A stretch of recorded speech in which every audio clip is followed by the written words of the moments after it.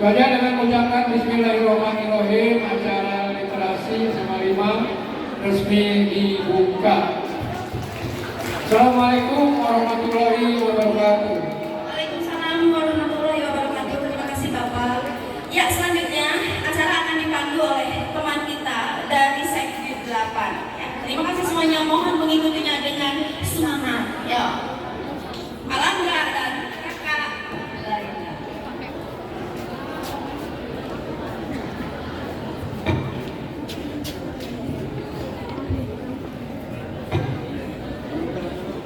Assalamualaikum warahmatullahi wabarakatuh.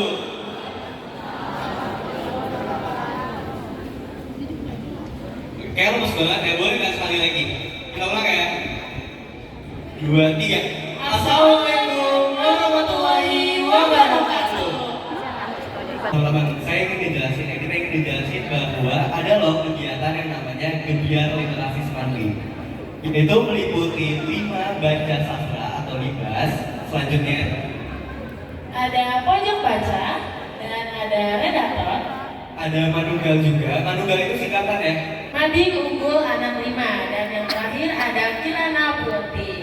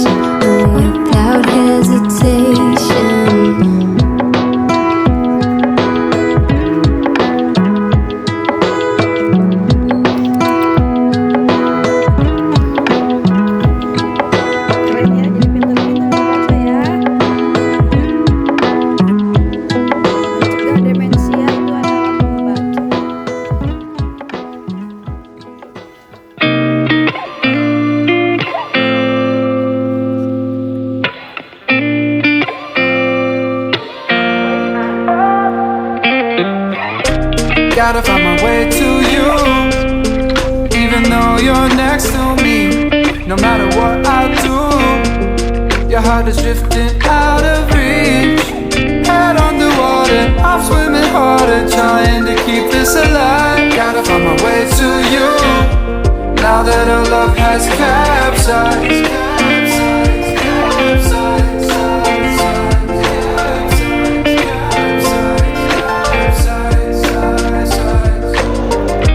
Gotta find my way to you, no matter what I do. Gotta find my way to you.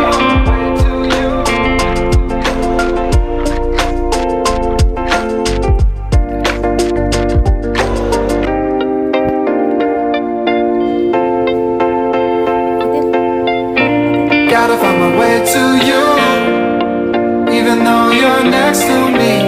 No matter what I do, your heart is drifting out of reach.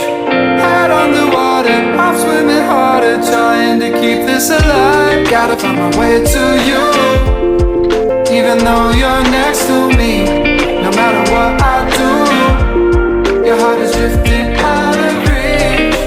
Head on the water, I'm swimming harder, trying to keep this alive. Gotta find my way to you, now that our love has capsized.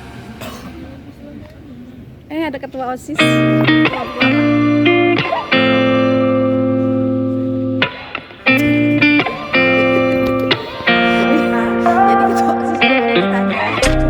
Gotta find my way to you, even though you're next to me.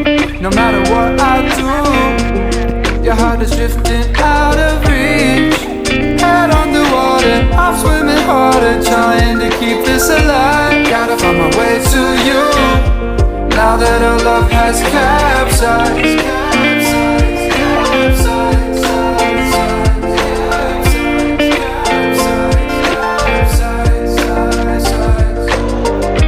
Gotta find my way to you. Pada kesempatan kali ini, saya akan menyampaikan review salah satu buku bacaan kesukaan saya yang berjudul The Alpha Girl Scout yang ditulis oleh Henry Manampiri. Beliau adalah salah satu penulis hebat yang ada di Indonesia. Beliau merupakan lulusan salah satu universitas terbaik di Bandung, Jawa Barat. Baiklah, review buku pada kali ini akan saya awali dengan alasan mengapa saya memilih buku ini. Menurut saya, buku ini menyiratkan banyak sekali pesan moral yang baik dan juga menginspirasi bagi para perempuan. Selanjutnya, saya akan menceritakan isi buku ini secara singkat. Buku ini menceritakan tentang pentingnya pendidikan bagi seorang perempuan. Selain itu, perempuan harus memiliki sikap perilaku yang baik, memiliki kemandirian, serta menerapkan kedisiplinan dalam kehidupan sehari-hari. Sehingga perempuan akan memiliki kehidupan yang seimbang antara kehidupan pribadi dan pekerjaan. Sebagai penutup, hikmah yang saya peroleh setelah membaca buku ini adalah bahwa kaum perempuan bisa memainkan banyak peran dalam kehidupan yang selama ini hanya didominasi oleh kaum laki-laki. Karena pesan moral yang disampaikan oleh penulis dapat menjadikan perempuan sebagai sosok yang kuat dan tangguh. Selanjutnya Bapak Fitri dari kelas 11 D. Kasih tepuk tangan dulu. Sebelumnya, selamat pagi semuanya. Selamat pagi. Perkenalkan, nama saya Fitri Maulida dari kelas 11D. Terima kasih untuk teman-teman dan ibu bapak guru yang hadir pagi ini di sini. Saya akan mereview buku yang masih satu tema dengan tema perempuan yang sudah direview oleh Naira. Nah, di sini saya mereview buku yang berjudul Kim Ji Young, lahir tahun 1982. Nah, alasan kenapa saya memilih buku ini yang pertama adalah karena cover yang saya lihat itu menarik. Kemudian baca dari halaman belakang buku itu saya mulai tertarik karena bukunya membahas tentang kesetaraan gender. Langsung saja saya mulai review buku tentang Kim Ji Young yang lahir tahun 1982. Novel ini menceritakan tentang seorang perempuan yang tinggal di Korea Selatan, sama seperti judulnya yaitu Kim Ji Young. Kemudian novel ini tuh menggambarkan bahwa Kim Ji Young banyak mengalami kesulitan sebagai seorang perempuan, khususnya seorang ibu di Korea Selatan sana. Nah, dimulai ketika dia masih kecil, ada dari keluarganya, kemudian ketika dia mulai menikah, kemudian mempunyai anak, hingga mencari pekerjaan yang sulit karena sudah memiliki satu orang anak. Nah, menurut saya, buku ini memberikan dampak yang bagus bagi kaum perempuan yang suaranya kurang terdengar, khususnya di Korea Selatan sana. Novel ini juga berlaku untuk para perempuan yang masih diabaikan oleh kaum patriarki. Dan buku ini juga dianggap sebagai buku yang mewakili perasaan kaum perempuan yang mengalami diskriminasi terhadap kesetaraan gender. Pasti setiap buku itu memiliki hikmah dan pelajaran yang dapat diambil teman-teman. Kemudian, buku ini itu memiliki pelajaran bahwa pentingnya memberikan kesempatan yang sama bagi perempuan dan juga laki-laki. Sekian review buku dari saya. Terima kasih. Wassalamualaikum warahmatullahi wabarakatuh. Assalamualaikum warahmatullahi wabarakatuh. Selamat pagi. Waalaikumsalam. Selamat pagi. We need to find our personal legend. Itulah jawaban yang saya dapatkan dari membaca buku ini. Perkenalkan, nama saya Putri Alisa Ananta dari kelas 12 IPSB.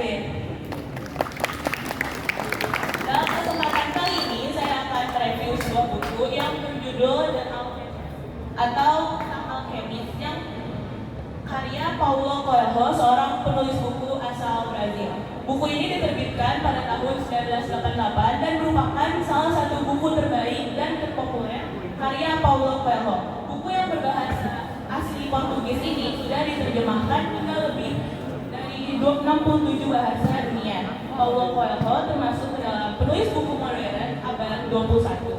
Namun, buku ini termasuk buku klasik dan genre allegorical, yaitu genre yang karakternya membahas mengenai agama, moral, atau ideologi yang merupakan genre buku kesukaan saya. Dalam buku ini, kita diajak untuk berfilsafat mengenai tujuan hidup manusia yang menurut saya merupakan suatu hal yang menarik untuk dibahas. Langsung saja, saya akan membahas isi dari novel Sang Alkemis.